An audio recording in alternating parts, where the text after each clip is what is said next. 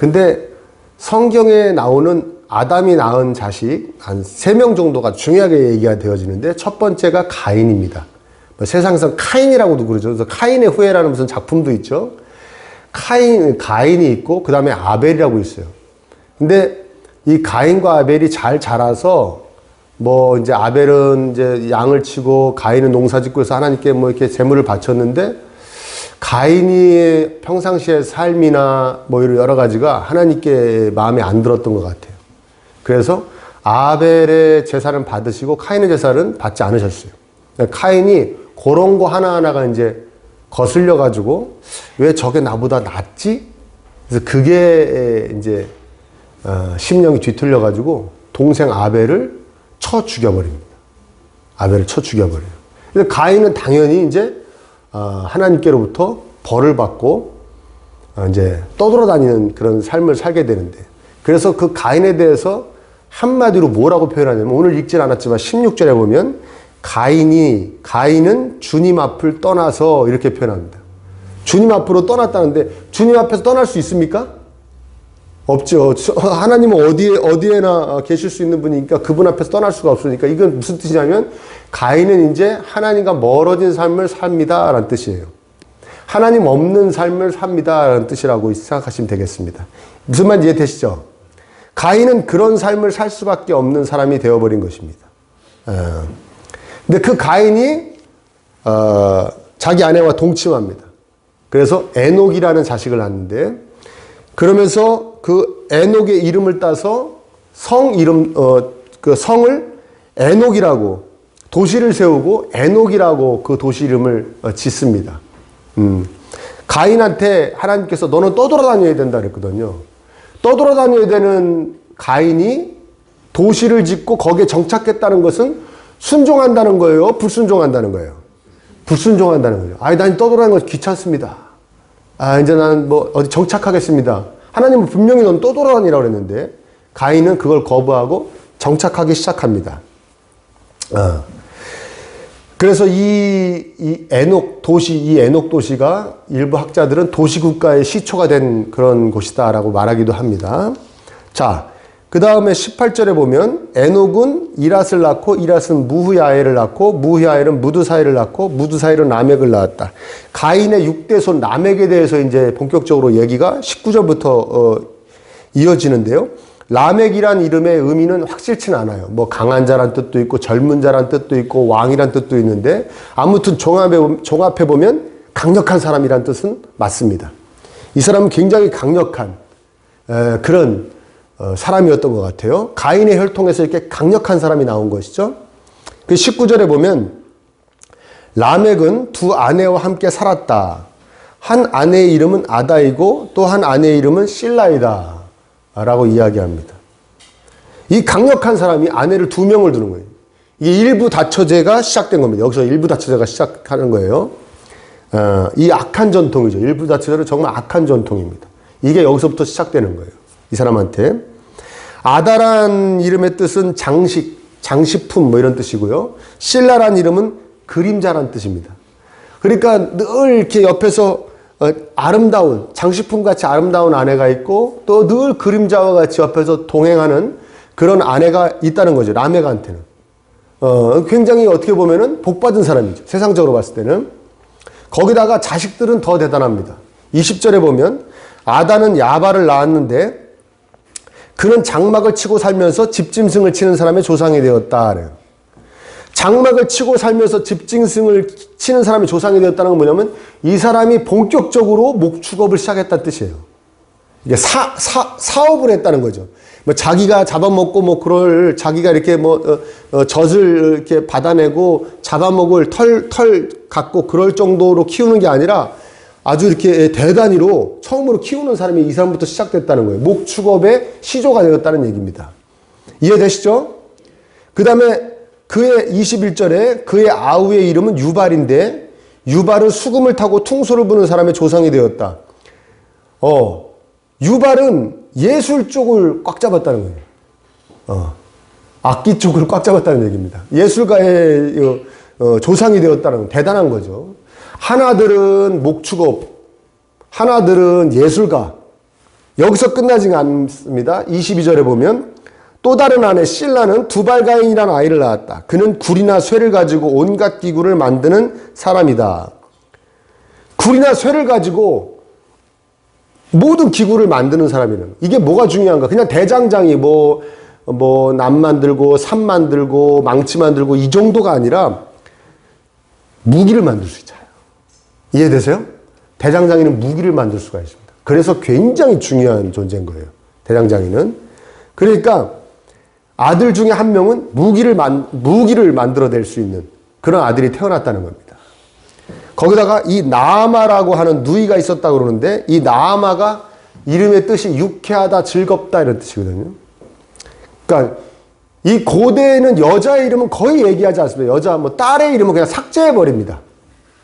딸 하나 있었다만 얘기해줘도 굉장히 많이 얘기해 준 거예요. 근데 나아마라는 이름을 이야기한 것은 이 여인이 매우 특별한 여인이었다는 걸 알 수 있는데 대개 해석은 뭐냐면 하나님과는 거리가 먼, 경건하고는 거리가 먼 그저 그냥 아름다움과 쾌락에만 집착했던 그 어떠한 여인이었다는 거예요. 조금 더 나쁘게 해석하는 사람들은 이 말이 이 여인이 매춘 사업을 시작한 여인이었다라고 얘기하기도 합니다. 아무튼 종합해보면 이 여인도 매우 유명한 여인이었다는 것은 분명합니다. 분명한 거죠. 그러니까 이 라멕은 정말 대단한 사람이죠. 정말 대단한 사람. 도시 국가를 갖다가 물려받았겠죠. 에녹으로부터. 그 다음에 최고의 번영을 누리는 자식들이 목축업, 예술, 무기 만들고 이런 쪽으로 최고의 번영을 누리는 라멕이 소개되는 것이죠. 그런데 희한한 것은 라멕이 이런 고백을 합니다. 그게 이제 23절부터의 내용인데요. 아다와 실라는 내 말을 들어라. 라멕의 아내들은 내가 말할 때를 귀를 기울여라. 나에게 상처를 입힌 남자를 내가 죽였다. 나를 상하게 한 젊은 남자를 내가 죽였다. 가인을 해친 벌이 7갑절이면 라멕을 해치는 벌은 77갑절이다. 나에게 상처를 입은 나를 상하게 한 젊은 남자를 내가 죽였다. 이 얘기는 무슨 이야기냐면 자기에게 뭔가 해코지를 하고 자기에게 손해를 입힌 사람을 자기가 싹 죽여버렸다는 거예요. 죽여버렸다는 거예요. 그러면서 뭐라고 얘기하냐면 그것이 마음에 걸렸는지 가인을 자기 6대 할아버지죠. 6대조 할아버지를 자기 가인을 해친 사람은 7배의 벌을 받지만 이게 무슨 내용이냐면 가인이 아까 친동생 아벨을 쳐 죽였다고 그랬지 않습니까? 그 다음에 하나님한테 혼나면서 하나님한테 뭐라고 얘기하냐면 사람들이 나에게 아벨의 복수를 할 텐데 내가 어떻게 살아갑니까? 했더니 너를 그걸로 해치는 사람에게 내가 7배의 벌을 주겠다 이렇게 말씀하셨거든요. 그 내용에 대해서 여기서 자세하게 얘기할 수는 없고요. 그러니까 그걸 빗대는 거죠. 그러니까 라멕은 이렇게 얘기하는 겁니다.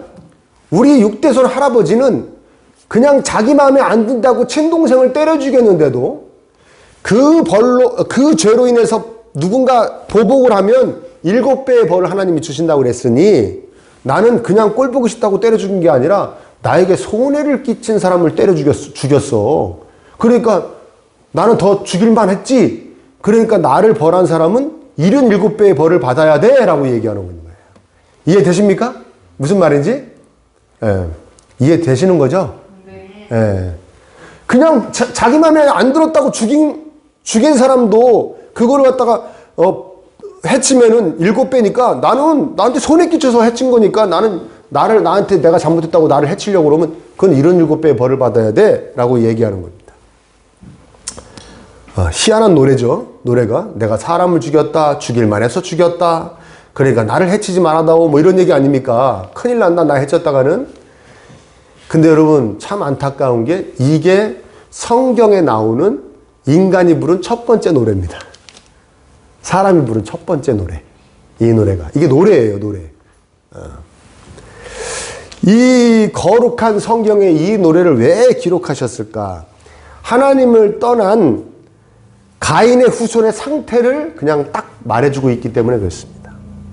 강력해질 대로 강력해지고 큰 번영도 이루었지만 한없는 불안감에 성을 쌓아 끊임없이 자신을 보호하고 싶고 자신에게 거슬리는, 자신에게 손해나게 할 존재들을 사전에 철저하게 없애버리면서 자신의 안녕과 이익을 끊임없이 추구하고 싶은, 그렇죠? 그러면서도 죄책감에 계속 외치죠. 죄는 아니야. 죄책감이 드는데 자기가 자기를 위로하는 거죠. 죄는 아니야. 다 이렇게 사는 거지 뭐. 나한테 손에 끼쳐서 죽여버린 거야. 이게 뭐가 죄야. 계속 이렇게 얘기하는 그런 하나님을 떠난 인간의 심리 상태를 그대로 이야기해주고 있기 때문에 하나님이 여기다가 첫 번째 노래로 여기 넣으신 것 같아요. 라멕이 이거 죄 아니지 않습니까? 누가 죄라고 했습니까? 아무도 죄라고 하지 않았어요. 그렇죠? 자신 스스로가 자꾸만 죄책감이 드는 것이죠. 아, 이게 제대로 사는 것 같지 않은데, 응? 한마디로 그냥 불안한 삶인 것입니다. 누가 해칠까봐 불안하고, 벌 받을까봐 불안하고, 여러분, 우리 하나님, 자기 자신이 무신론자라고 하는 사람들도 이런 얘기 하잖아요. 다른 사람한테. 다른 사람이 막 이상하게 하면, 너 그러다 벌 받는다, 그러죠. 그래, 안 그래요? 누구한테 받는다는 거예요, 벌을? 신이 없다며 누구한테 받는다는 거예요, 벌을. 그렇지 않습니까? 희한한 말이죠. 그러니까 그냥 막연하게 밀려오는 이 죄책감에, 이 불안함에 어쩔 줄을 몰라 하는 겁니다. 그리고 이 노래에는 또 자기 연민이 가득 차 있어요. 자기를 불쌍히 여기는 그런 심령이 가득 차 있습니다. 자신이 피해자인 양, 자신이 마치 당한 것인 양. 그 자신을 변호하고 자신을 정당화하고. 참 놀라운 것은 오늘날 세상의 노래의 상당 부분이 주제가 자기 연민이잖아요. 자기 연민. 응? 자기를 불쌍히 여기는, 나는 진심으로 사랑했는데 저쪽이 떠나갔어. 뭐 그런 거 아닙니까? 그렇죠? 나는 누가 뭐래도 진실했어. 나는 잘 살았는데 누군가 나를 슬프게 했어. 세상이 나를 슬프게 해.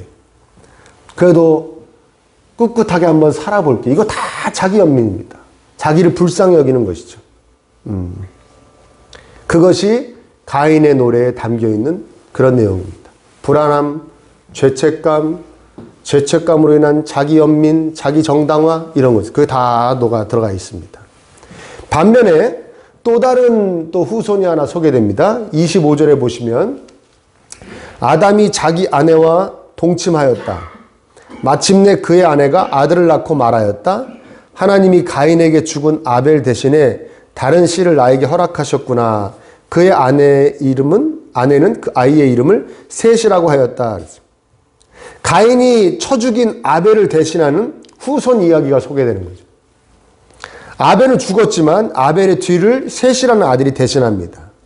그래서 26절에 보면 셋도 아들을 낳고 아이의 이름을 에노스라고 하였다. 그때 비로소 사람들이 주님의 이름을 불러 예배하기 시작하였다. 그래요. 이 셋이 또 에노스라는 아들을 낳습니다. 그때 비로소 사람들이 주님의 이름을 불러 예배하기 시작하였다. 그래요. 사실은 원어에는 주님의 이름을 부르기 시작하였다고만 돼 있지 예배하기 시작하였다는 이름은 안 들어있습니다. 그런데 주님의 이름을 부른다는 이 말에는 그냥 이름을 부르는 거예요. 도움을 청하려고 하나님 이렇게 부르는 이런 의미도 담겨 있고 또 찬양의 의미도 담겨 있습니다. 하나님의 이름을 부르면 우리 찬양하잖아요. 그래서 여기서는 주님의 이름을 불러 예배하기 시작하였다라고 번역했는데 그렇죠. 예배하였다고도 생각할 수 있고 도움을 간절히 청했다고도 생각할 수 있습니다. 두 가지 의미가 다 쓰일 수가 있습니다. 왜 이때 여호와의 이름을 불러 여호와를 찬양했을까? 그때가 바로 셋이 에노스를 낳았을 때라고 그러지 않습니까? 이게 참 중요한 거예요. 여러분 창세기 3장 15절 한번 찾아보실까요? 네, 듬뿍 잡아 넘기면 안 돼요. 한 장만 넘기면 돼요, 앞으로. 네. 창세기 3장 15절. 이게 이제 아담과 하와가 하나님이 먹지 말라고는 선악을 알게 하는 나무 열매를 먹고선 하나님한테 이제 미래에 대한 예언을 받는 그런 부분입니다. 한번 15절 볼게요. 시작. 내가 너로 여자와 원수가 되게 하고 너의 자손을 여자의 자손과 원수가 되게 하겠다. 여자의 자손은 너는 여자의 자손의 후손이라 하지 것이라. 여기서 너는 이제 뱀이고요. 뱀이고요. 여자의 후손은 이제 하와의 후손을 얘기하는 거죠. 이게 무슨 말이냐면 여자의 후손 중에 어떠한 존재가 태어나서 너 뱀, 사탄을 멸해버릴 것이다. 그 후손이 누굽니까? 예수님이죠. 우리는 다 알고 있죠. 그래서 이게 예수님의 탄생, 예수님 존재에 대한, 메시아의 존재에 대한 가장 처음에 언급한 부분이다 해서 이 창세기 3장 15절을 원시복음이다라고 얘기한다고 말씀드렸어요. 기억나시죠? 이게 최초의, 성경에 나오는 최초의 복음입니다. 그런데 아담과 하와가 이 말씀을 듣고 굉장히 마음이 기뻐했던 것 같아요. 그래서 아담이 부인을 생명이라는 이름을 지어줍니다. 우린 죽지 않았어. 우린 다시 회복될 거야. 살아날 거야. 우리 끝난 게 아니야. 이러면서 굉장히 이 말씀을 붙잡고 살았는데, 그래서 가인과 아벨이 태어났을 때 굉장히 주목했겠죠. 아, 얘네 후손으로 그 존재가 오시나 보다. 그 존재가 오나 보다 했는데, 하나들은 형한테 처맞아가지고 죽고, 하나들은 그 동생 죽인 죄로 하나님한테 버림을 받습니다. 그러면 그 후손이 있어요, 없어요? 없죠. 얼마나 마음이 불안했겠습니까? 그런데 셋이 태어난 거예요, 셋. 그래서 셋이라는 이름이 무슨 뜻이냐면, 놓였다라는 뜻이에요. 놓였다. 어디 이게 놓였다. 이게 놓았다는 뜻이에요. 그러니까 아벨의 자리에 대신 노임을 받은 아들이다 해서 이름을 셋이라고 지은 거예요. 이해되시죠? 그러니까 셋이 태어났어요. 너무나 기쁜 것이죠. 너무나 기쁜데 또 불안감이 밀려오죠. 왜 불안감이 밀려옵니까? 아니, 그 전에 별 볼 일 없을 때도 자기 동생이 자기보다 좀 나은 것 같다고, 하나님이 이뻐하는 것 같다고 동생을 쳐 죽였는데, 그 쳐 죽인 가인의 피가 흐르는 그 후손들이 너무 강력한 거예요. 할아버지가 이렇게 보기에 너무 강력한 거예요. 아담이 보기에. 그런데 셋이 태어났지만 하나님이 셋을 이뻐하고 셋을 자기의 언약의 대상자로 뜻을 두신 것을 이 가인의 후손들이 보면 이거를 죽여버리겠습니까? 안 죽여버리겠습니까? 죽여버릴 거라고 생각하는 거죠. 얼마나 불안했겠어요. 저 가인 후손들이 또 헷가닥 해가지고 와서 죽여버리면 어떡하지? 그런 생각을 했을 거 아닙니까? 그래서 얘가 또 아니고 딴 아들인가 하고 있는데 셋이 드디어 아들을 또 낳은 거예요. 에노스를 낳은 거예요.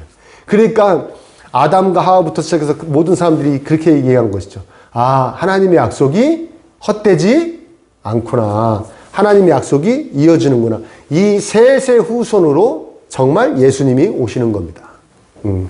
그래서 하나님 약속은 헛되지 않군요. 공수표가 아니군요. 지켜주시는군요 하고 경배와 찬양을 하게 됐다고 우리는 해석할 수도 있습니다. 이해되시죠? 그래서 그때야 비로소 하나님을 예배하기 시작했다. 이름을 불러 예배하기 시작했다고 생각할 수 있어요. 그런데 오늘 본문에서 우리가 정말 의아하게 생각해야 되는 게 있어요. 그건 뭐냐면 분명히 하나님과 멀어져 가서 하나님 없는 삶을 사는 가인의 후손들 이야기는 너무나도 화려해요.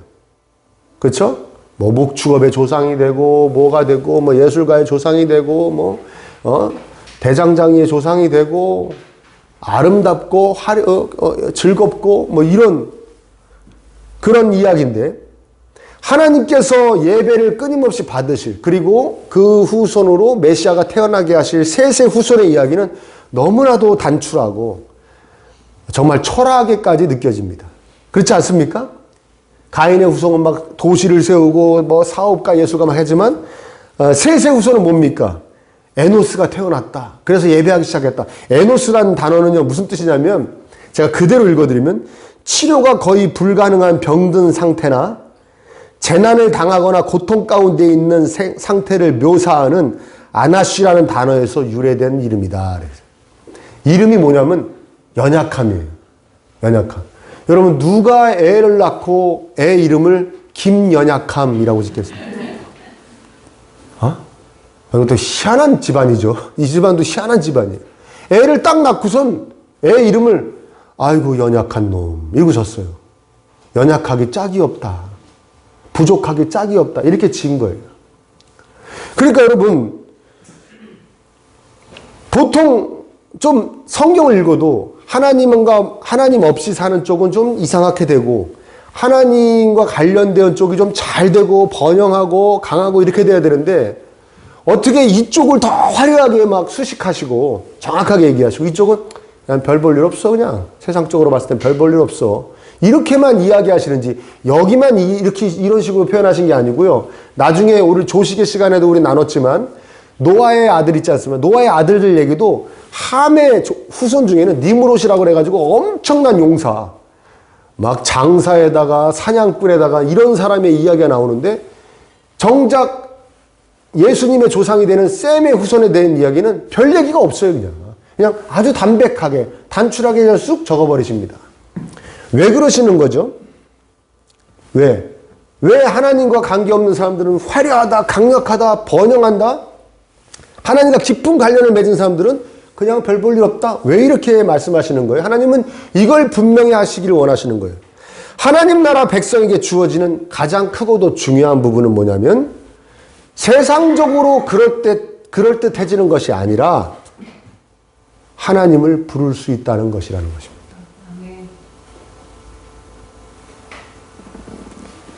하나님 나라의 백성에게 주어지는 가장 크고도 중요한 복은 하나님을 향하고 하나님을 의지할 수 있다는 것이에요. 그걸 분명히 말씀하고 싶어 하시는 겁니다.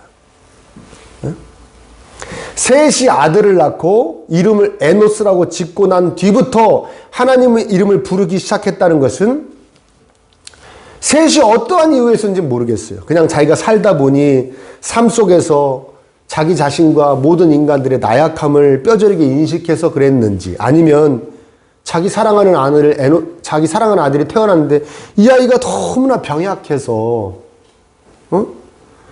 하나님의 도우심을 간절히 바라고 그랬는지는 모르겠으나 어떤 건지 모르겠으나 아무튼 이 나약함과 연약함 때문에 전능하신 하나님 앞에 엎드려 간절하게 그 이름을 부르기 시작했다는 것이에요. 이 연약함 때문에.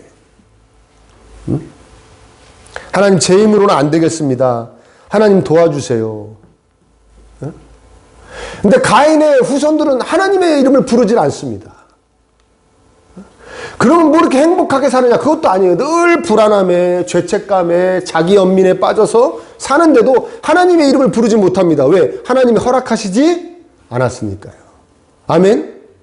자기에게 찾아오는 연약함, 여러분 죄책감도 연약함이고 불안함도 연약함이죠.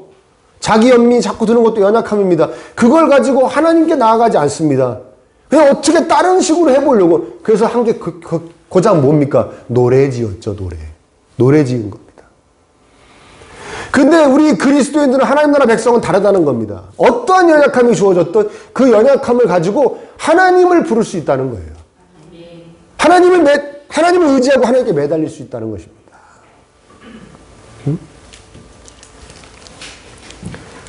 하나님의 이름을 부를 수 있는 것.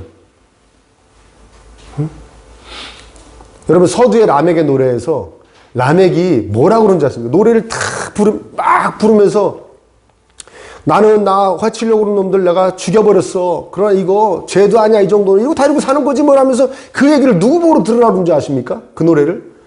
나의 두 아내여 제발 내 노래 좀 틀어줘요. 그럽니다. 결국엔 나중에 자기 두 아내한테 정도만 밖에 말할 수 없는 존재밖에 안 된다는 거죠. 외롭고 초라한 존재. 그렇게 대단했지만 어떤 분들은 그래요. 그래도 들어줄 사람이 아내라도 있으니 얼마나 행복합니까? 아내도 내 말을 안 들어줘요 그러더라고요. 어떤 분들은. 하나님 없이 사는 사람의 모습을 얘기해요. 자기 속에 있는 내용 진솔하게 말할 수 있는 존재가 세상에 아무도 없는, 기껏해야 자기 아내 정도만 들어줄 수 있는 그런 삶밖에 안 된다는 건데, 저와 여러분들은 그 누구에게도 못할 얘기를 할 수 있는 분이 있죠. 그리고 그 얘기를 들어주는 분이 있죠. 누구십니까? 하나님이죠. 우리는 창조주에게 얘기할 수 있는, 창조주에게 나의 모든 것을 얘기할 수 있는, 연약함이라고 느껴지는 그 모든 것을, 그 연약함 안에 들어있는 모든 불안함과 죄책감과 그 모든 것을 하나님께 다 낼 수 있는 것이죠.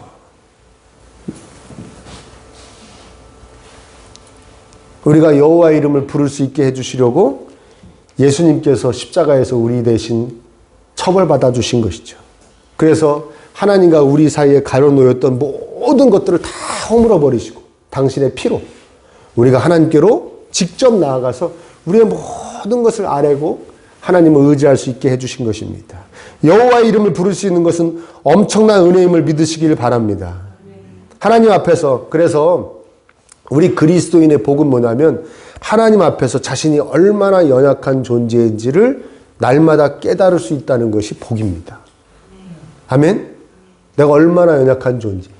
내가 티끌로 만드는 존재. 우리 흙으로 만들었다는 말은요, 조금 번역이 잘못된 거예요. 그 흙이 아니고, 우리가 생각하는 그 흙이 아니고, 우리는 사실 티끌로 만들어진 거예요. 그 원어는 티끌이란 뜻이에요. 먼지란 뜻이에요. 먼지로 만들어진 존재라는 겁니다. 그러니까, 즉 뭐냐? 아무것도 아니라는 거예요. 하나님이 함께 하시지 않으면 아무것도 아닌. 그러니까 우리가 하나님 앞에서 늘 그거를 깨닫는 것이죠. 나는 정말 연약합니다. 존재론적으로도 연약하고, 삶 가운데도 연약함이 너무나 많이 있습니다. 그리고 더 큰 복은 뭡니까? 자신의 그 연약함을 가지고 하나님께 간절히 매달릴 수 있다는 것이 더 큰 복인 것이죠. 람에게 노래와 달리 죄책감이 들어도 하나님의 이름을 부르고 불안해도 하나님의 이름을 부르고 자신을 불쌍히 여기는 것이 아니라 자기가 자기 자신을 스스로 불쌍히 여기는 것이 아니라 나를 가장 사랑하시고 나를 가장 불쌍히 여겨주시는 분을 부르는 것입니다. 그게 다른 것이죠. 자기를 연민하는 것이 아니라 나를 연민해 주시는 분의 이름을 부르는 것입니다. 그게 예수님 안 믿는 사람들과 우리가 다른 점이에요. 저는 다른 분들을 위해 기도할 때 이런 간구를 자주 합니다. 어떤 어려움, 뭐 질병이나 여러 가지 물질적인 어려움, 뭐 이런 거로 어려움 겪은 분들한테 그분들을 위해서 제가 기도할 때 이렇게 기도합니다. 아버지, 이분이 이런 어려움의 시간을 지금 지나고 있는데 이 시간이 자신의 연약함을 깨닫고 하나님을 더 간절히 부르고 그래서 하나님께로 더욱더 가까이 갈 수 있는 복의 시간으로 바뀌게 해 주시옵소서. 그래야 정말 복이 되겠습니다. 이 고생이 헛된 것이 아니게 되겠습니다. 이렇게 바뀌게 해 주십시오. 그리고 기도를 하곤 합니다. 여러분, 나에게 있는 연약함은 하나님을 부를 수 있는 근거입니다. 여러분, 너무 속상해하지 마십시오. 그 어떠한 연약함이든. 자녀들에게 있는 연약함 볼 때 우리 굉장히 가슴이 찢어지죠. 네? 아, 이게 또 하나의 에노스였네. 자식을 볼 때. 자식을 키우면서 자식이 다 커서도 자식에게 이런 연약함이 나타나고 이런 연약함이 나타날 때보다 그것을 이렇게 부모가 바라보면서 그 연약함에 대해서 어떻게 해줄 수 없는 것을 볼 때 그 자녀의 연약함을 바라보면 정말 가슴이 미어집니다. 근데 여러분, 그 연약함이 나쁜 것만은 아니에요. 그 연약함을 가지고 나도 자녀도 하나님의 이름을 부를 수 있기 때문에 그렇습니다. 사랑하는 자녀들의 연약함을 붙잡고 그 연약함을 가지고 하나님의 이름을 간절히 부르게 되는 겁니다. 그러니 그 연약함은 나에게 있는 연약함이든 내 가족과 자녀들에게 있는 연약함이든 그건 연약함으로만 끝나는 것이 머무는 것이 아니라 축복의 통로가 되고 은혜의 근거가 될 줄 믿습니다. 연약함은. 그래서 우리에게는 연약함도 복입니다. 하나님을 모르는 사람들은 연약함이 정말 어쩔 줄 모르는 막 진짜 소리 지르게 하는 고통스럽게 하는 불안하게 하는 그런 것에 지나지 않지만 우리 그리스도인들에게 있는 연약함은 하나님께로 나아갈 수 있는 축복의 통로, 은혜의 근거인 것입니다. 여러분, 그러니까 찾아보십시오.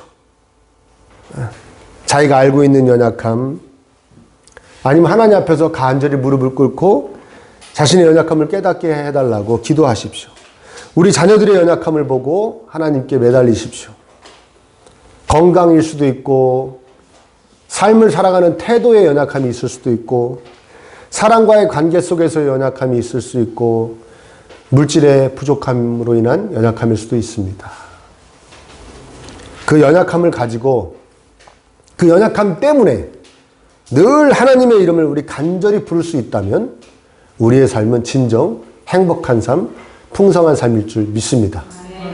이번 주에 여러분 여러분이 가지고 있는 연약함을 가지고 하나님의 이름을 많이 부르시는, 간절히 부르시는 그런 주가 되시기를 간절히 축복합니다.